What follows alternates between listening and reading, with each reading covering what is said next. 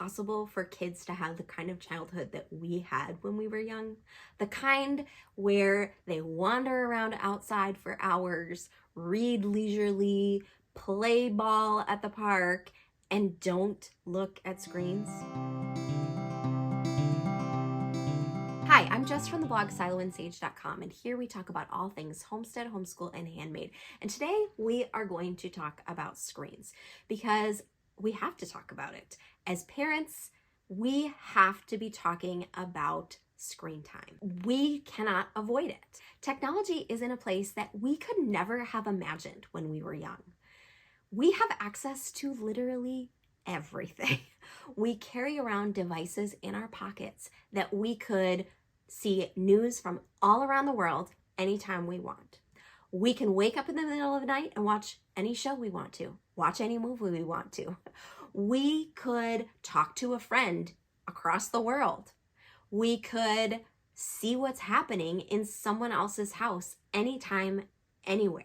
With all of the streaming and the social media and all of the apps and gaming, there's so much that we have to navigate as parents that our parents did not have to navigate. Is it possible for our kids to have that kind of carefree childhood that we had when we were young? Is it possible for them to live life without becoming addicted to screens like so many in our generation have? Is it possible for us to preserve their childhood even into the teen years today in 2023? Well, I'm going to tell you right away that I don't have the answers. I do not have all the answers of what to do with screens, but I am going to tell you how we are choosing to handle some things and how I think we have set some really good boundaries when it comes to screen time with our kids, including our teenagers. But I would also love to hear what you have experienced. How have you handled screen time in your house? How have you handled phones? How have you handled social media? Whether you have teens or you have grown adults or you have young kids, I would love to know how you feel about screen time. Drop me a comment and let me know some of the things that you have seen that have worked well in your home and maybe some of the things that haven't worked well. And it's okay if you don't agree with everything that I say, but maybe I'm going to share some things with you that either cause you to think a little differently or just cause you to have a conversation with your spouse about screen time, or better yet, with your kids too. Now, we are not anti-screen in our house at all. I have an online business. My husband works in technology. We use screens in our homeschool in various different ways. Our kids are familiar with screens. They could probably use an iPad better than I could, to be honest with you. Our kids do a lot of things using screens. However, we have set some very tight boundaries around screen time over the years, and they've shifted and they've changed these boundaries, but I think we have done some things that have helped to preserve how our kids spend their childhood days so they are not obsessed with screens, they're not addicted to screens. In fact, our teenagers don't even have their own devices. Shocker! I know. It is kind of a big deal though. When you have a teenager who doesn't have their own phone, it is a big deal and it feels like kind of a unicorn sometimes. But I think there are some ways that we have navigated this that maybe will help you in some way. Now, the first thing that I think is really, really important is setting boundaries and setting boundaries that are appropriate to your kids' ages. So when my kids were small, now I have 5 kids, they are currently ages 15 down to 6. When they were really small, when my first few kids were really small, we didn't do many screens at all. We did occasional TV, usually like PBS Kids or movies. That was about it. We were very strict about screen time when our kids were really small because we found that when we weren't strict about screen time, that our kids' behavior and their attitudes just became noticeably different when they had a lot of screen time. Now, if you use more screen time with your younger kids, this is not a judgment on you at all. This is just what worked for us and our family. But we noticed that our kids were more irritable. I was more irritable when we were using a lot of screens. They weren't as creative. They weren't engaged in play with each other as much. They didn't know how to be bored. When they had a lot of screen time, they didn't know what to do to entertain themselves. And so this became really apparent to us probably around when my oldest was maybe like 4 or 5. So at the time we probably had about 3 kids. And it became really apparent that we needed to set some pretty strict boundaries around screen time. So we just didn't use it a lot. Now, I will say that when I had a new baby, we watched more screen time for sure. When we went through periods of illness, if somebody was sick, of course, we watched more movies. If we were traveling, we probably used more screen time. But when we set these expectations with our kids and we just developed this culture in our home that screen time, watching TV, using devices, that this was not the norm, it became the norm to not use screens. They didn't expect that they were going to be using screens, so they found other things to do. And that has continued to be the case. My kids know that if they don't have access to screens, if they're not able to use screens, they need to find something else to do. And they do. Even my teenagers. I hear a lot of times from parents that their teens don't know what to do when they don't have access to a phone or video games or social media or the internet. And I will tell you that if your kids don't have access to screens, they'll just find something else to do. It may take some time. If your kids are used to having screens, it will take time, especially if they've been used to them for a really long time. But when they get into the habit of not using screens, they just become used to it. They get to know what they can do in your house to entertain themselves. They learn how to be creative. They learn how to play. They discover board games or art supplies or things that maybe they hadn't even noticed before. They just have to be given the opportunity. When kids are bored, they will find something to do. I think play is so important in childhood, and not just when our kids are small, but when our kids are tweens and teens too. This is something that we need to preserve for our kids. We need to give them lots of time to play away from a screen. This is something I've talked about in my membership, Cultivate Your Home, because I think it's so important that we recognize that our tweens and teens still need to play. They need to have time and space in their day to play. And it looks differently when they're tweens and teens. We need to give them opportunities to play that are not video games. I think the culture around us says that the way that kids play in the tween and the teen years is with organized sports and with video games. And that's about it. But first of all, organized sports, that's a whole nother conversation that we're not going to get into today. But screens are not play. They're not the same thing.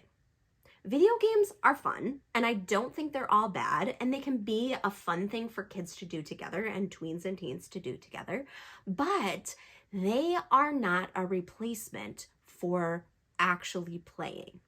So if you want to get into this conversation, I do have a video about it in my Cultivate Your Home membership about how to make time and space for play in the tween and teen years. But one of the ways that we do that is by setting strict boundaries around screen time and to give them actual time and space in their day that we expect them to be off of screens. We expect them to have face-to-face conversation with us. And it might mean that we have to show them what to do, especially if our kids have had a lot of screens and have had a lot of screen time and we haven't set these boundaries. You can walk it back. You can teach your kids how to play. You can teach your kids how to be bored and be creative and give them time and space to do this. And you might have to practice this together. You might have to be disciplined. You might feel like the mean mom, and that's okay. It's good to set boundaries for your kids. I think that play is worth preserving. It's worth being the mean mom. It's worth setting strong boundaries and sticking to them. Now, there are some people that will say that if you don't expose kids to screens at a young age, that, we live in this technology age. We need to be able to learn how to use screens. And I will say, have you ever met a child when they get a screen in their hand, they figure out what to do very quickly. It is not difficult to teach a child how to use a screen or how to use a technological device, how to use a computer. They can figure things out very, very quickly. So even if they only have a short amount of time when they are using screens, I promise you, they are going to figure it out. And they will probably figure it out better than you. Now, as my kids have gotten older, we have loosened up on our screen time boundaries. Obviously, I have a teenager. He needs to do certain things on the computer. He takes some online courses. We do things that involve technology. My kids love to make movies and they love to edit their movies on the computer. They love to use a phone or an iPad to go around and film things and then they edit it. They like to use GarageBand. They like to use Microsoft Paint 3D to make little graphic design, or they use Canva to make things. So we have found ways to incorporate screens into our home and into our homeschool in ways that just feel good to us, in ways that feel appropriate, and in ways that still maintain good, healthy boundaries, but allow our kids to have some freedom and to learn different things with technology. My husband teaches our kids coding because he's a tech guy. And so he knows how to do that and he really wants our kids to know how to do that. I teach my kids about building websites and I teach them about online marketing and things that make sense for growing an online business, because it's pretty likely that one or more of my 5 kids is going to have an online business at some point in their lives, because that's the world we live in. So technology is not bad. Screens are not inherently bad. However, we have seen time and time again that kids are becoming more and more addicted to screens. They're becoming addicted to video games or apps on their phones, to social media, and we've seen the negative effects of social media between pornography and bullying and online predators. We have seen so much damage that has been done by screens that honestly, we have decided that we want to protect our kids from that. And you can call it sheltering, and that's okay. I am okay sheltering my kids from that kind of damage in their life. I want them to play outside. I want them to learn how to talk to people in real life and not just have their heads buried in a phone. Now, there are times where it seems like I'm a mean mom, and I am actually okay with being the mean mom in this situation. So your kids might have friends that have devices, and you have to be the mean parent who says, no, you can't have a phone when you're 12 years old. And that's okay, because that's just how we do things in our house. And it may seem like you're the odd one out, but I promise you, there are parents out there that are also protecting their kids and protecting the innocence of their kids from forming screen addictions, from the downfalls of social media, and from all these things that we've been talking about. It is okay to be the mean parent in this situation. It is okay to set boundaries. In fact, it is good to set boundaries for your kids. Honestly, our kids deserve a childhood that isn't on a screen. They deserve to know how to be bored and how to be creative and how to come up with their own fun and their own entertainment that doesn't involve a screen. Now, it takes discipline. It took discipline on my end when my kids were little and they were throwing a tantrum, and I could have just turned on the TV and said, here, watch this. Instead, it took discipline for me to teach them how to play, to teach them how to be creative, to teach them how to use the things surrounding them to solve their problem. It took discipline for me to get down to their level and talk to them and hug them and spend time with them. And sometimes it was inconvenient for me to sit down and read them a book, or to sit down and play with them on the floor rather than make dinner or rather than fold the laundry. There are times when this is inconvenient, because it is convenient to give your kids a screen to entertain them. But if we want to raise kids who know how to have conversation with each other, who know how to be bored and to come up with their own fun and to be creative, we need to give their brains opportunity to develop away from a screen. Now, one thing that has been really helpful for us is having this rule of using screens in public spaces in our house, in the common spaces of our home. So our kids are not allowed to use devices, to use computers or iPhones or iPads or whatever, they're not allowed to use those in their bedrooms, especially with the doors closed. Now, we do have some exceptions that we have made for, my teenagers when they're working on a project, and we have set up filters and all of those like guards on our computers so that we are, safe with the internet. And honestly, I have not done any of that, so do not ask me how to do that. My husband has done all of that. So I don't actually know how we have set up the guards and the filters and all those things, but we have them on our computers and our devices. But having computers and devices in public spaces in our house means that no one is behind closed doors. They're not being secretive.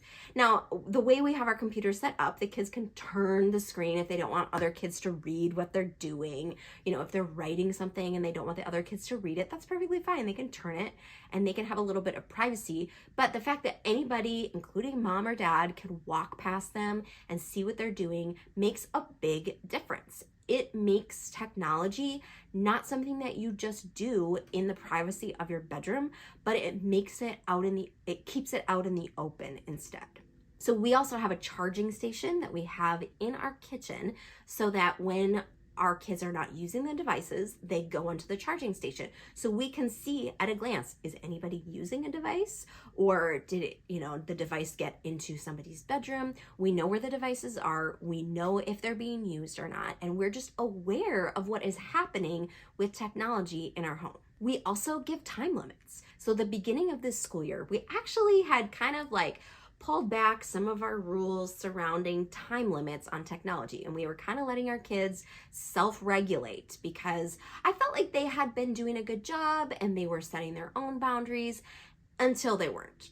And suddenly someone was using a screen at all times, including my 6-year-old. Now, he had not had as strict of boundaries around screen time as my older kids had because he has older siblings, and that's kind of the way things go when you have kids of multiple ages, and especially like a wider age range between your kids, is that your younger kids kind of get to do things sooner than the older kids did.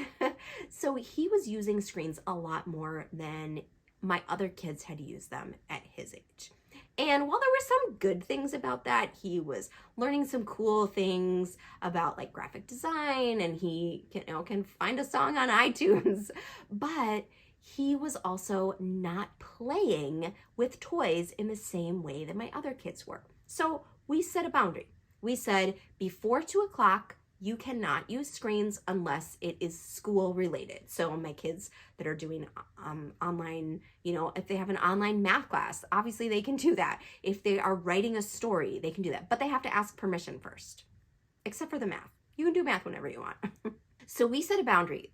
You cannot use screens at all before 2:00, and you have to go outside before you use a screen. And we had certain guidelines of you have to do your chores, you have to go outside, and then after 2:00, you can use screens. This has really shifted how things are in our home, and I can tell that my kids are being more creative. They are playing with each other better. They're not arguing. We also do not do video games very often. So when my kids are using screens, they are generally listening to music. They are doing some sort of like graphic design. They're writing stories. They are not playing video games. And I think this is important to mention because I don't think video games are all bad. In fact, I think there can be some benefits to video games, but I do think that they engage kids' brains in a very different way than, say, writing a story or learning how to use a graphic design tool online. So we have set some boundaries that have really been helpful for our kids. We also cut it off at night. They cannot use screens late into the evening, and we do not use screens at all when we are eating. So my kids don't really eat in front of the TV except for like special fun, family movies or like a party, like a Super Bowl party or something.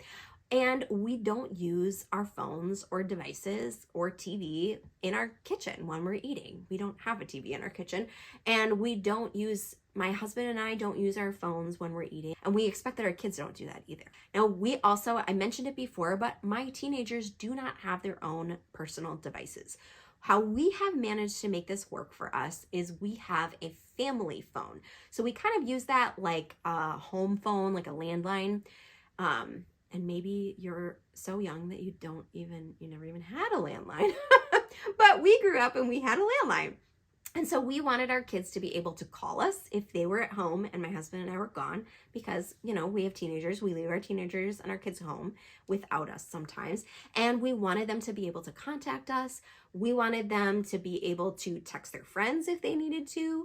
There were certain things that we wanted them to be able to do. If we drop them off somewhere at like a youth group event, we want them to be able to call us when they are done. So we do have a family phone, but this means that it's a family device. It means that we check it, we are aware of what's happening. They don't use it exclusively. They don't get to take it into their room at night.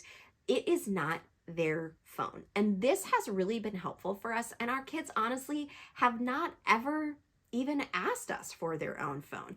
They know that they are not going to be using social media and they don't really want to.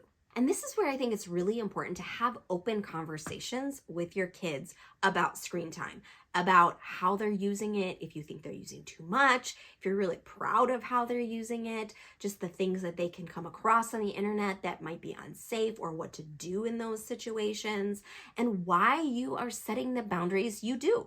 Now, when we reset these boundaries, when we said, hey, we're seeing some things that we don't like. We think you guys are using screens a little too much and not doing enough of the things that we want you to be doing off of screens. And we said, we're going to set this rule for 2:00. The kids did not argue. They had no problem with it because they all agreed with us. They all agreed that, yeah, they were spending too much time on screens and they weren't spending enough time playing together, being creative, getting outside. Our kids need us to help them set boundaries. They need us to teach them how to moderate their screen usage. They aren't necessarily going to naturally do this on their own, but it's also good to point out the things that you don't like about your own screen usage. Or if you're using a screen, especially when my kids are really young, they don't know the difference between you paying your bill online on your phone and you scrolling through Facebook. They don't see what you're doing. And so sometimes when my kids were small, especially, I would narrate to them and they would be like, they would come up to me and they would want my attention and I would put my phone down and I would look at them and I would listen to what they were saying. And if they're asking me for something, I would say something like, I'm going to help you in 1 minute. I'm going to finish ordering groceries online and then I'm going to help you. Or I'm sending a message to Aunt Brooke right now. When I'm done texting her, I'm going to come over and I'm going to play with you, or I'm going to read you that book. I want my kids to know that I value them and that I want to look them in the eye. But I also apologize. I apologize for when I don't pay attention to them and I'm staring at my phone because it is hard. It is hard as an adult to set boundaries with screens. And that's why I think it's really important that we talk about that with our kids. We tell them, hey, you know what? I have a hard time setting my own boundaries with screens, and I don't want that for you. I want you to know how to set boundaries with screens, so we're going to practice this together. And it's good for you to see, it's good for your kids to see you do it too. It's good for your kids to see you put your phone away and read a book instead. It's good for your kids to see you not vegging out in front of a show or a movie all the time.